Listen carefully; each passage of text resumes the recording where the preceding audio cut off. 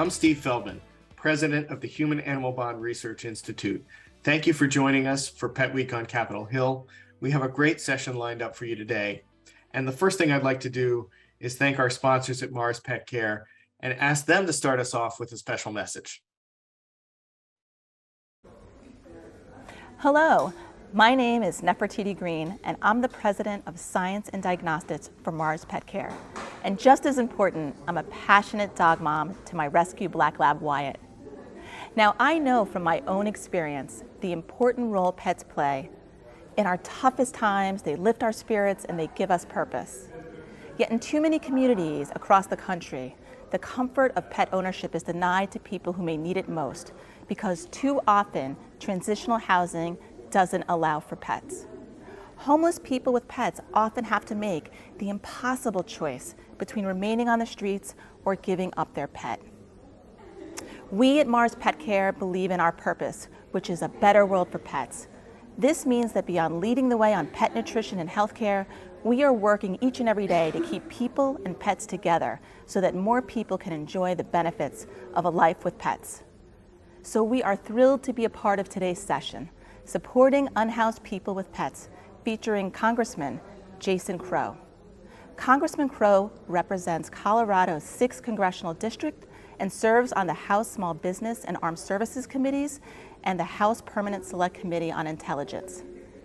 As the sponsor of the PUPP Act, which aims to increase the availability of pet-friendly shelters for the unhoused, he is also a staunch champion for people and pets. So without further ado, I'm delighted to introduce Congressman Crow to talk about this bill and the important impact that it will have. Nefertiti, thank you so much for introducing Congressman Crow. Before we bring him out, I just want to thank Mars Pet Care for being so important to the human-animal bond and such staunch supporters of pet-friendly legislation. So let's meet Congressman Crow. All right, thank you, Steve, for that introduction. It's really good to be with you all here.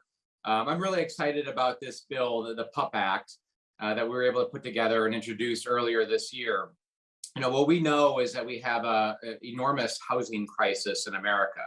Affordable housing is further and further out of grasp for most Americans. And that's exacerbating our existing homelessness crisis throughout many communities, including my own. I know that the unhoused continue to increase. We see more unhoused families on the streets of our community right now. And along with that, we see families and children and others that are on the streets with their pets.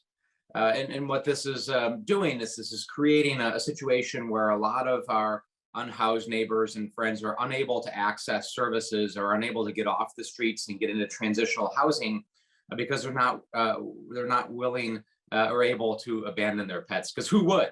I certainly wouldn't want to abandon my pet either if I was in that situation. So this has created a huge gap in the services that are available because not a lot of these housing facilities and homeless shelters allow pets and are equipped to accept them.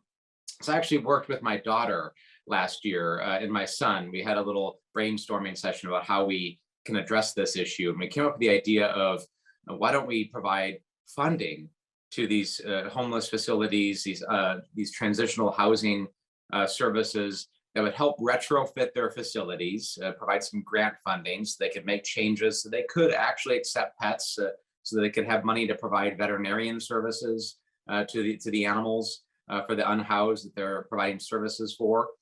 So there was the birth of the PUPP Act, the Providing for Unhoused People with Pets. My daughter and my son helped generate this idea, and we worked with my team, Peter and others, to help develop this and actually create a bill. So we drafted a bill, we introduced it on the House floor just a few months ago, and now we're working very hard to build a bipartisan coalition.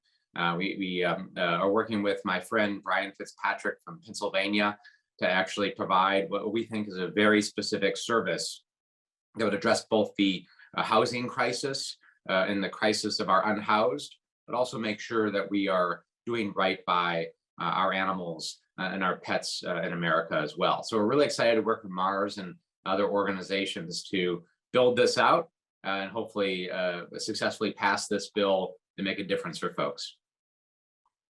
Thank you, Congressman Crow, for sharing those words and sharing the PUPP Act with us. Let's talk for a few minutes about why it's important and what people can do about it. And let's start with that first question. Why is it so important to keep pets and people together? Well, first of all, we just know that that pet bond is very strong. You love your pets. I have pets and a dog, Zuma, and I just couldn't ever imagine abandoning or leaving that pet just to get housing, to get basic services. Who would? That bond is very strong. They're a member of the family, and I would never expect someone to leave that pet behind, that member of the family behind, so they could get basic services. So we have to recognize that reality. If we want to get folks off the streets, we want to get them into services and into shelters or transitional housing and get their life back on track, we have to look at the whole family and make sure that we can do that for everybody.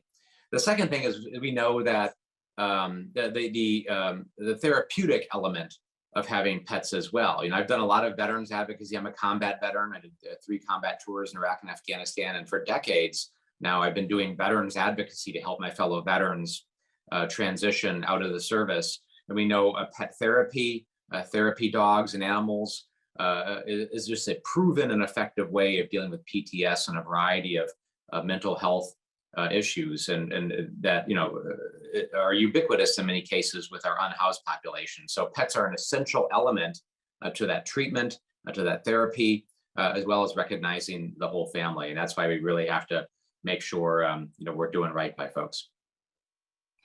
It all comes back to the human-animal bond. So it is so important, and we have a lot of there are a lot of pet lovers, pet owners in Congress. What do you want your colleagues in Congress to know? What do you want their staff to know, or anyone watching? What can they do to support you on this? Yeah, well, we need co-sponsors. One of the most effective ways of passing a bill is to get co-sponsors. So if your member of Congress isn't currently signed on to the PUPP Act, talk to him or her, write them, call them, visit their staff, their office, and make sure that we're getting the co-sponsors. The more co-sponsors we get on this bill, the more effective we can in getting it passed quickly.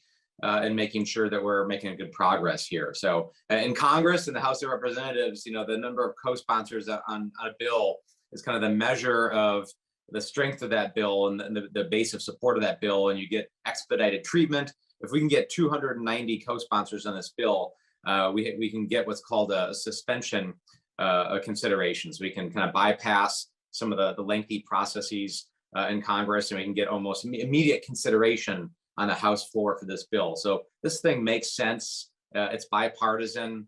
It'll help unhoused. It'll help pets. It'll help people in every community across the country. So get your member of Congress to sign on to this, and let's get it done. Well, we look forward to supporting it and hopefully getting some more co-sponsors. You talk about how it's so important to families. I think every family has a story about the human-animal bond. Talk to us about the human-animal bond in your households. Tell us about your pets. Yeah, well, Zuma is our golden retriever, and she's very, very cute. When I'm gone for long periods of time, she'll kind of freak out when I get back, and make quite a show of my return. But we also have salamanders, 2 pet salamanders, tiger salamanders, Walter and Sally, who, interestingly enough, we're in Colorado, and the tiger salamander is the official state amphibian of Colorado because it lives in every county in Colorado. So we've had these salamanders for a very long time. They apparently live for almost 20 years. So we're settling in for the long haul with Walter and Sally. It's just a lot of fun. We have a fish tank as well. So it's just part of our routine, and the kids love it. That's just fantastic. Pets come in all shapes and sizes, but the human-animal bond is so strong, and it's great to hear how pets are important in your lives. And they're important in the lives of so many people out there, which is why we're all going to get behind the PUPP Act and see if we can get this done so that especially the unhoused, but everybody can always be with their pets. Yeah, absolutely. Congressman Crow, thank you so much for being with us today on behalf of Mars Pet Care, on behalf of the Human Animal Bond Research Institute, and the entire pet care community. Thank you for bringing forward the PUPP Act and for everything that you do. Yeah, thank you, Steve. Thank you, Mars Pet Care and the entire community. So let's get this done. Let's get folks signed on to this bill. Let's get it passed, and let's help our pets and our unhoused. Thank you, Congressman Crow, for your time today and for sharing your passion for the PUPP Act and for your call to action so that we can get that done and make sure that unhoused people and their pets can stay together. So grateful for your work. And on behalf of the Human Animal Bond Research Institute and Mars Pet Care and all the pet care community that has helped make Pet Week possible, thank you so much for joining us. Pet Week continues tomorrow, so make sure you tune in. In the meantime, please share these sessions with people who might need to see them. Everything is on demand, recorded on petnight.com and on the Habry Facebook page.